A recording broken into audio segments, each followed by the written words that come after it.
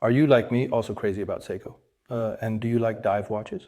Then take just 2 minutes to follow along here. Hi, my name is Christian, and I have the Instagram handle Ebilskov. I am incredibly passionate about watches, especially dive watches.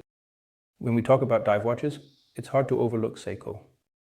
Seiko has been, well, on the market for many years and has been very prominent in the dive watch segment as well. Today, I want to tell you a bit about my Seiko SPB143. Yes, you could say that if you're into dive watches, as mentioned, then you've definitely also seen this watch, which came on the market a couple of years ago. It is absolutely the top of Seiko's Prospects series, which is their dive series. It is just a notch above, quality-wise, but over many of Seiko's other models. I also think they've nailed the size perfectly. Often, Seiko watches can be quite overwhelming on my relatively small wrists.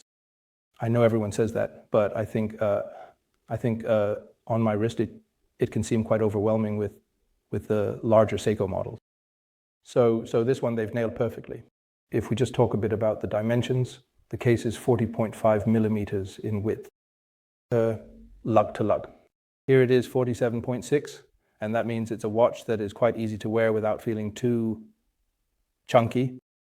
The height is 13.2 millimeters, so even though it's a dive watch, and of course needs to be quite robust, it's actually also a nice height to slide under shirt sleeves.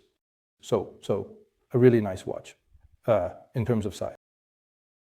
It's a 6R, what is it called, 35 movement. That's inside. And unlike many of you could say the slightly older movements, it has a power reserve of 70 hours.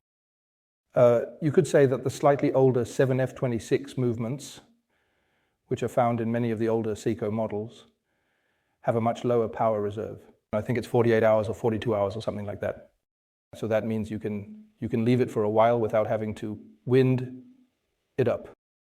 Of course, there's also a screw-down crown, as it's a dive watch. It's rated to 200 meters, and I would say it's also the first 200 meters where I would start wearing it in the water.